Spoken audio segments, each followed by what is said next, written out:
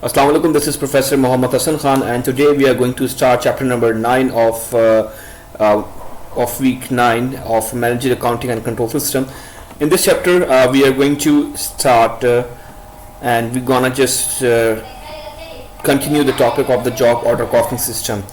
So this is the content of our chapter number 9. In this chapter we are going to cover the almost 1 to 7 contents, 1 to 7 topics. In our first topic, that is which is the job order costing definition. In second, we're going to discuss the 7 step of job costing. And number third, we have the job order costing overview. Fourth, journal entries. It's the most important topic in this chapter.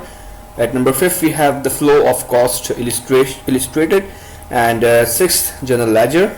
And 7, we have accounting for overheads and adjusting of overheads.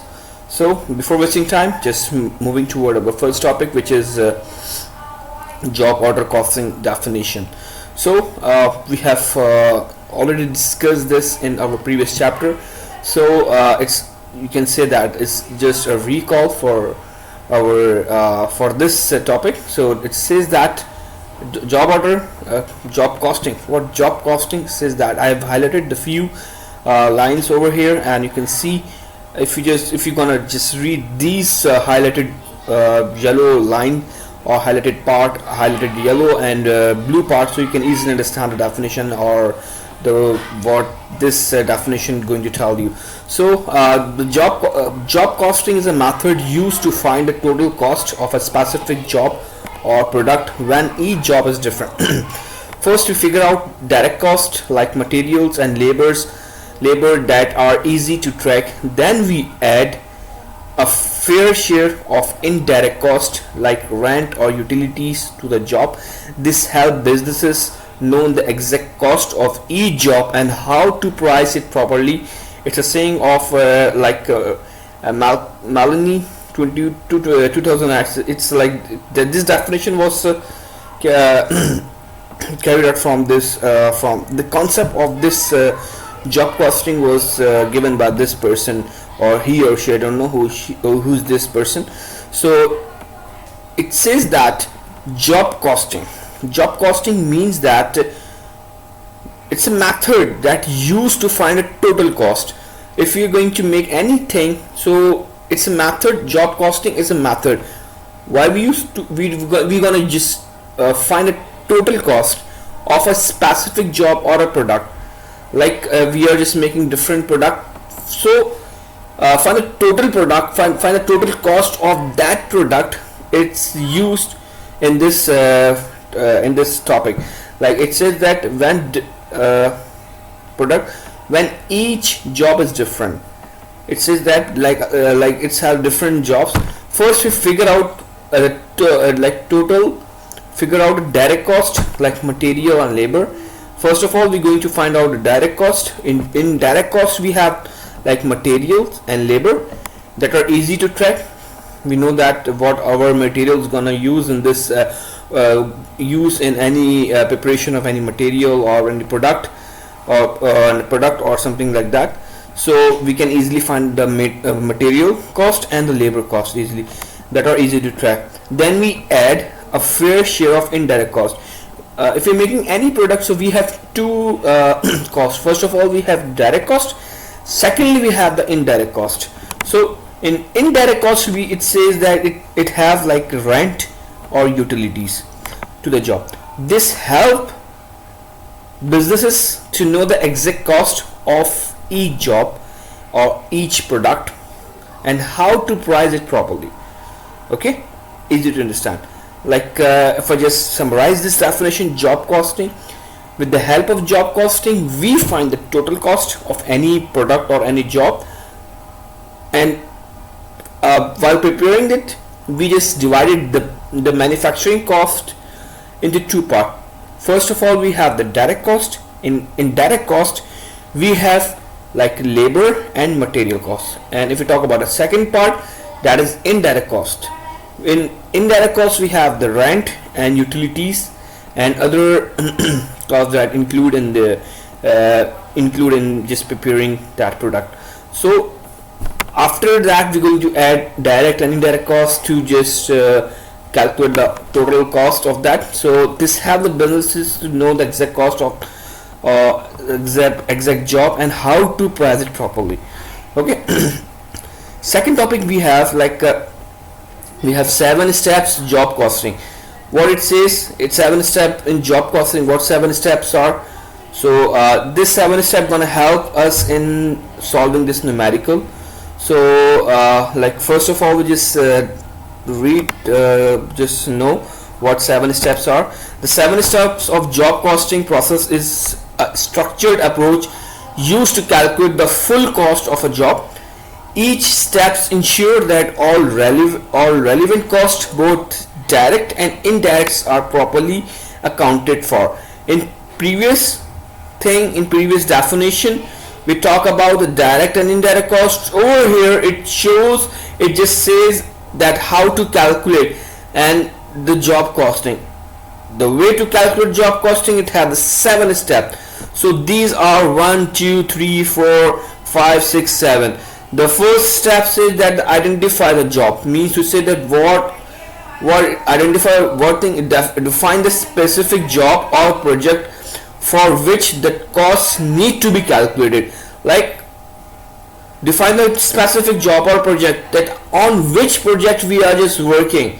For example, we are working for manufacturing of a chair, manufacturing of a table, manufacturing of any company, or manufacturing of like construction or anything. So we should know the specific nature that on which product we are working. First thing is that identify the job. Secondly, what it says that identify direct cost. What direct cost we have? Like determine the direct materials and direct cost. In direct cost we have the direct material and direct labor that can be directly traced to a job. Okay. Number third, we have select the cost allocation base. What it says, like allocation means if we talk about any kind of allocation, so we have time. We're going to talk about time period. So choose a method to allocate overhead cost such as machine hours or labor hours, that how much time the labor take to finish the product, okay, or how much time the machine take to finish to make the prepare that product. Okay, machine hours or labor hours, which relate to how overheads is used by different jobs. Okay, at number 4, estimate overheads for the cost pool. What says that calculate the total overheads. We are going to calculate the total overheads here that need to be allocated. This indicates indirect costs like factory, rent and utilities. Okay, over here we are having like we're going to find like indirect costs. In indirect costs, we just say that what things are. We have the factory rent or utilities. It comes in the overheads. Okay, next at number 5 we are going to have like compute the overhead allocation rate. Means what formula we, if we're talking about the rate, so we just going to talk about the hour. Rate means time. Okay, what we're doing, divide the total estimated overhead. In fourth step, we just find total estimated overhead. What we are going to do with that total estimated overhead, divide the total amount of allocation base. Like base example, total machine hours, total labor hours. This thing can easily be understand when we are going to just doing numerical. The first thing, this thing is only just like just understanding the steps, or just remembering the steps. Hours, like, and this give you a predetermined overhead rates. What formula? The formula says that the overhead allocation or overhead rate equals to estimated total overhead. We have find this in our fourth step. We are going to divide the total labor hours. Okay, total labor hours. Okay, and number 6, we are going to find the allocate overhead to the job. Apply the overhead rate to the job based on its use of the allocation base. Example, how many laborers hours or machine hours the job used. Okay, see the formula. Overhead assigned equals to overhead rate multiplied by allocation base for the job. Allocation base, just remember only this. Overhead rate, what we just overhead rate we have. Okay, number 7, what we are going to do, compute total job cost. At the end we're going to add the direct material, direct labor, overhead allocated. So this is the thing that we're going to use in these are the steps we are going to use in our upcoming numerical. This is a numerical having 7-step job costing. It's like a company, and IKEA, everyone knows about IKEA. Is one of the well-known and worldwide known company that manufacture the like furnitures, like wood materials or something like that, office materials, office furnitures and etc. An IKEA company manufactures custom furnitures. They are making the custom furnitures. The thing is, the custom furniture is very much important. One job requires the production of the custom table. The company needs to calculate the total cost of this job using the 7-step job costing method. It says that we're going to calculate total cost by using the 7-step job costing method. Okay, first of all, what things are given in the questions? We have given information. We have direct material, that is 5,500, direct labor 20 hours at 15 per hour. 20 hours we are having, but the per hour is of $15 or something like that. Number 3, what we have given estimated overheads. We have given the 60,000 for the year. It's an estimated overhead. Okay. Number 4, we have total labor hours for the year. How many hours for the year? That we have 5,000 hours for the year. Total labor hours. Okay. Number last, the job custom table used. How many table going to use?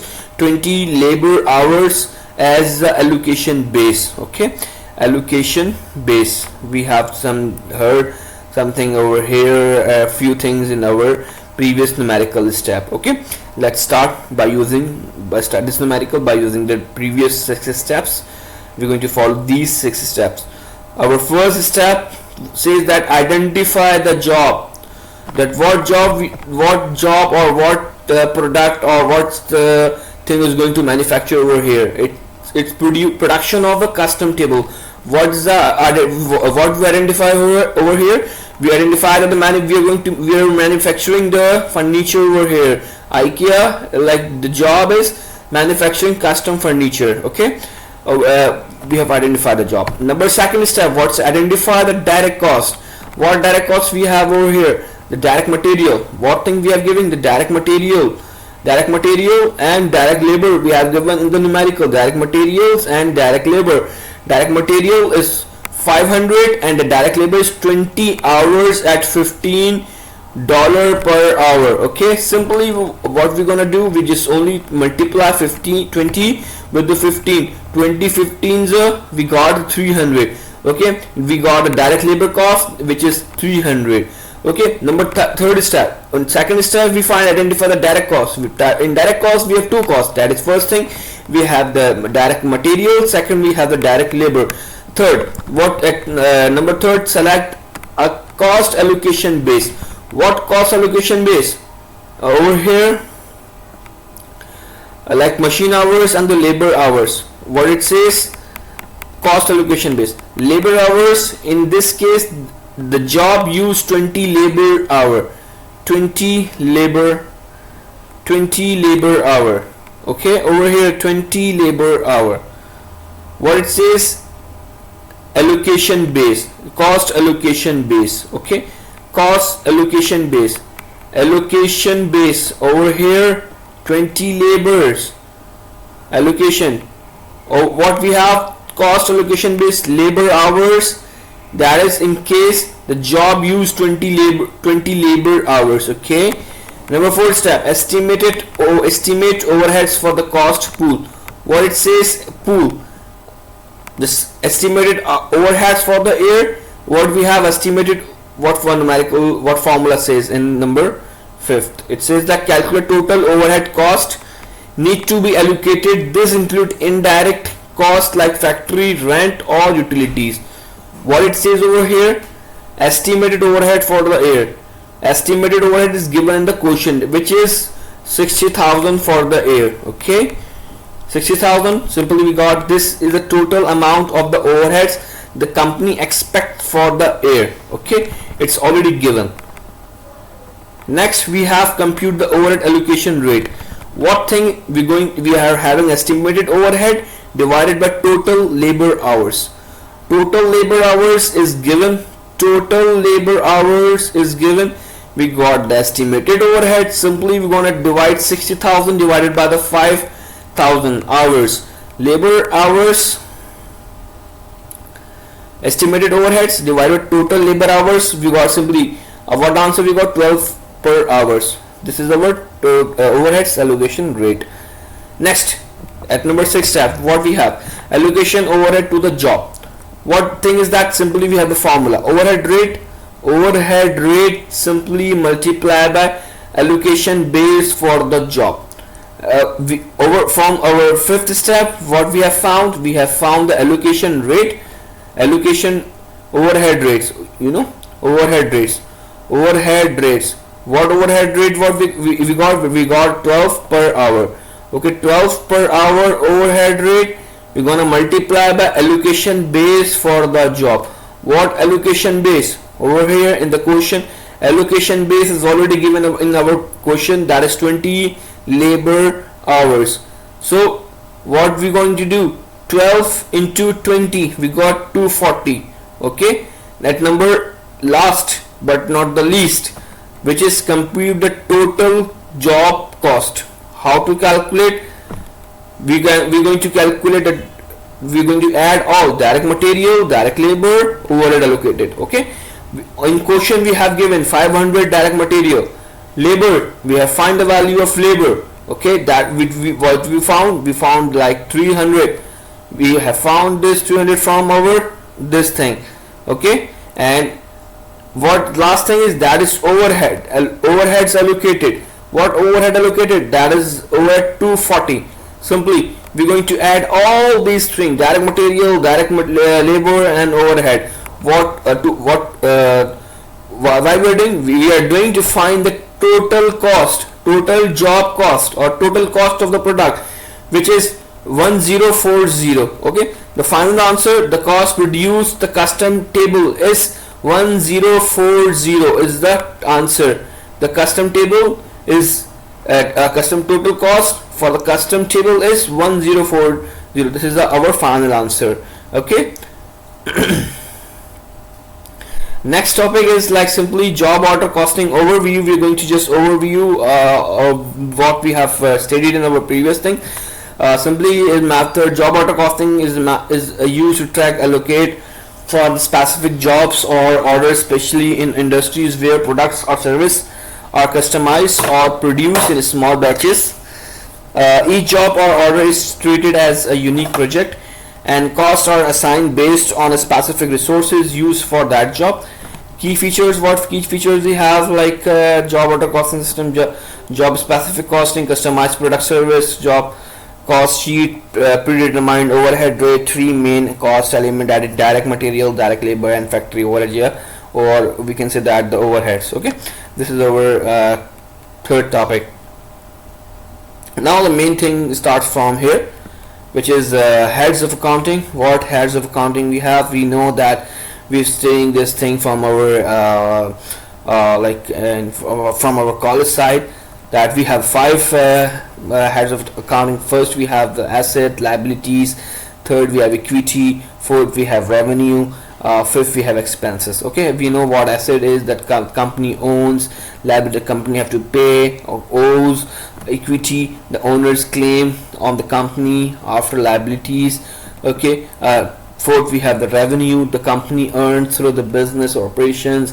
Number 5, expenses, the cost incurred to run the business. What expenses the company bears to run any business. Okay, what in assets, what things we have in assets? We have the cash accounts receivable, cash account receivable, inventory building, equipment investments. 1 2 3 4 5.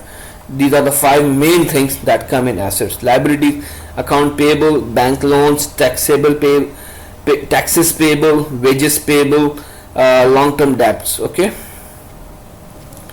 Number third, equity. Owners equity or the capital. The owners have common stocks, retained earning, additional paid in capitals, owners capital for sole proprietors, drawing, etc. Revenue, income, sales revenue, service revenue, interest income, dividend income, rent income, all things that come, it's just mostly put in the revenue side.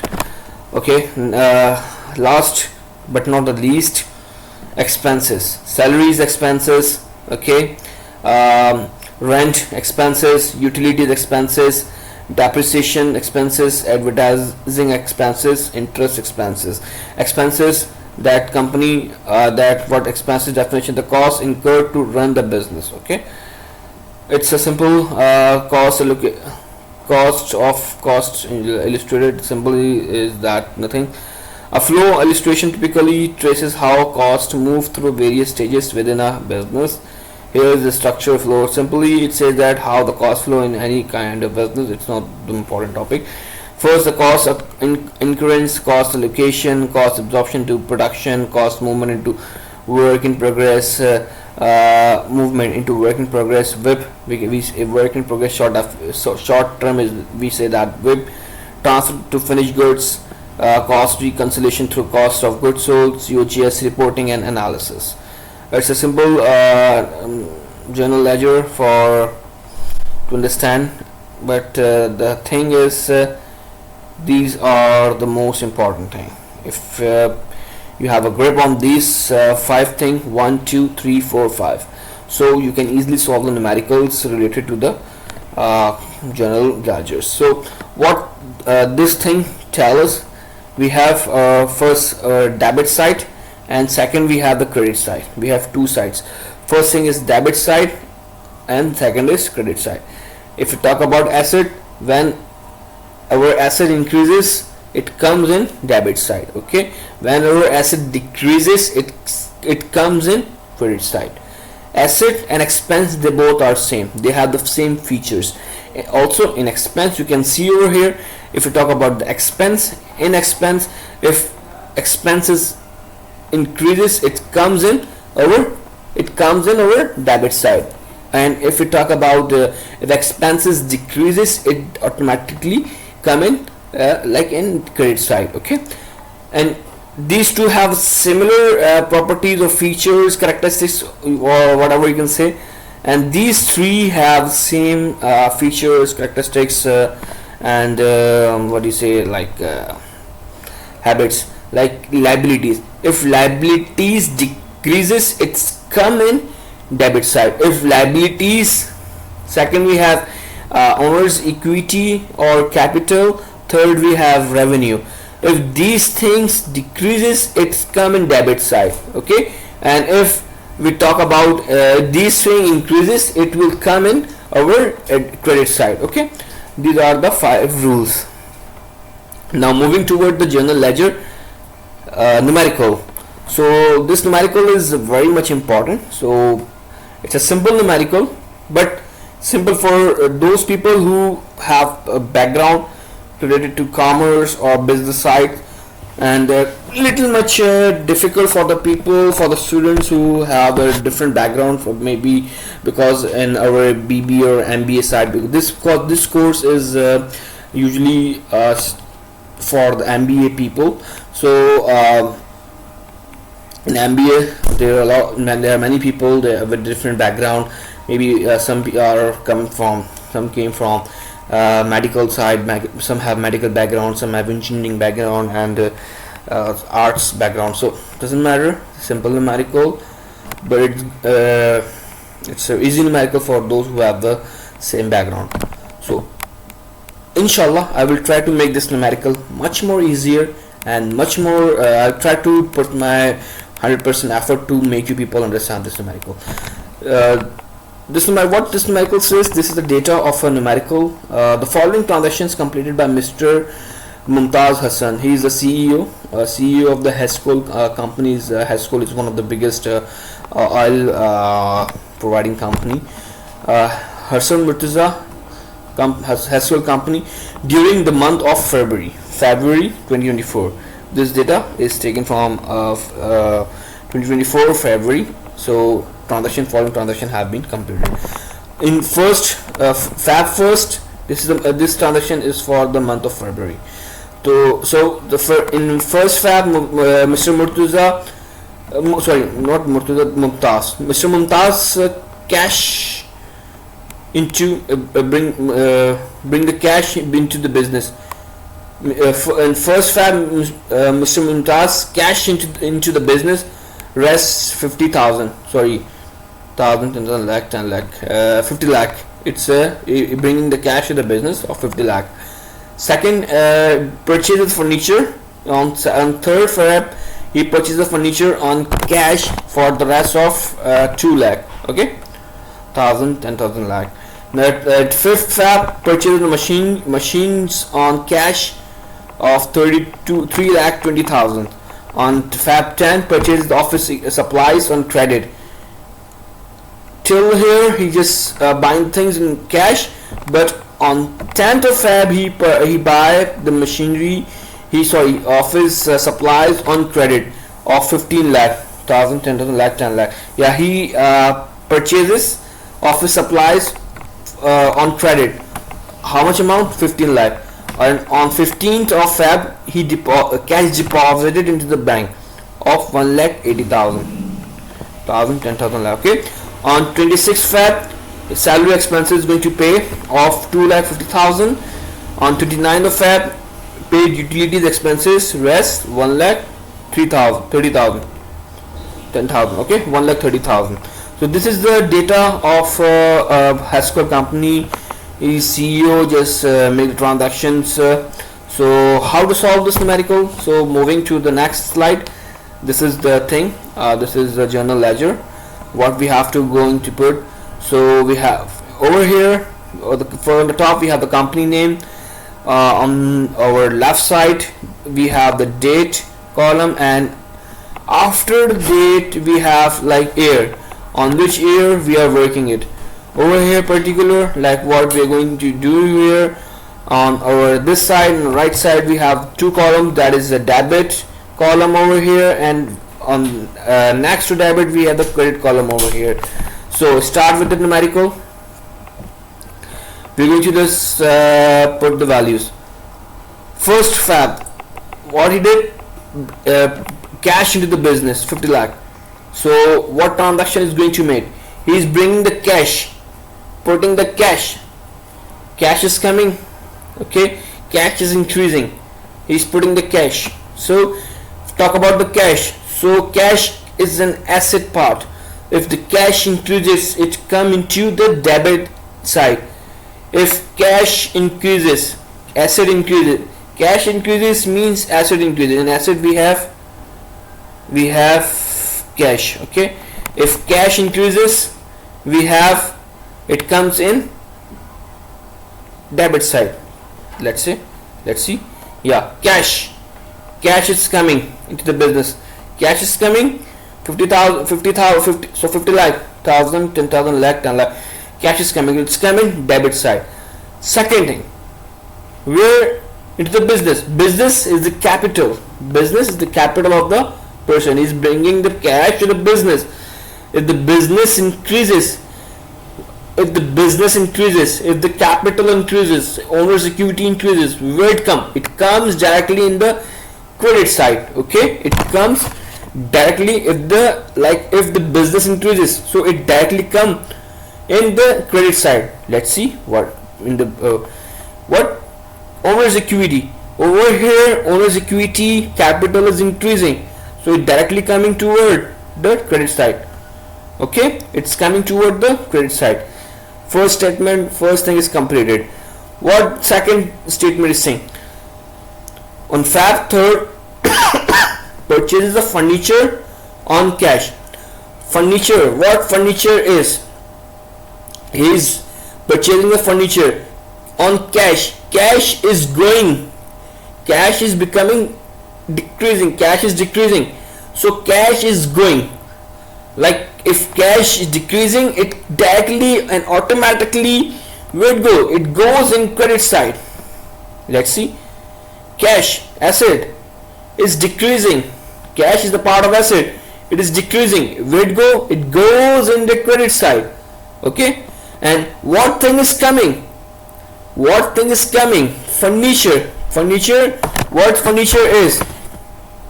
It is like what is furniture? Furniture. What furniture is? Furniture is an asset. How we can say that? Equipments, building equipments. It's a part of the building or inventory. We can say that the inventory building or equipments are coming. We are buying the furniture. We are buying the furniture. So Mumtaz buying the furniture. The furniture is an asset, and cash is going. The asset is increasing in form of inventory or in form of equipments, and cash is going. So furniture will be the part of the debit side. Furniture will be the part of debit side, and the cash is the part of the credit side. Okay, easy to understand. Number 5, we have purchases machine on cash rest 3,20,000. Machine is the asset. Machine is the asset for the company. Asset is increasing, but he buys machines on cash. Cash is going. Cash is decreasing. So machine is the part of the debit side, and the cash is the part of the credit side, because cash is decreasing. One thing is increasing and second thing is decreasing. So machine going in the part of like debit side, and cash is the part of credit side. Let's see. Machine is the part of the debit side, and the cash is the part of the credit side. Okay. Next statement. What says that? Purchases office supplies on credit of 15 lakh. What he buys? He buys machine or purchases the office supplies. Office supplies means what's coming? What is increasing? Furniture or the equipment. Let's see. Office supplies increasing. So this part is coming in our debit side. Okay. And what thing is going? What thing is also increasing? Accounts payable. Accounts payable come where? Accounts payable usually come. Accounts payable in liabilities. Okay. Liabilities are increasing. Why liabilities are increasing? Because we have to pay. It's increasing. We are not paying on the cash. We are paying on liabilities because we are going in credit. We are paying on credit. So our credit side is increasing. Okay. So if our credit side is increasing, so it's come, and credit side is liability. Liability is increasing. So if liability increases, it directly goes in the credit side. Okay.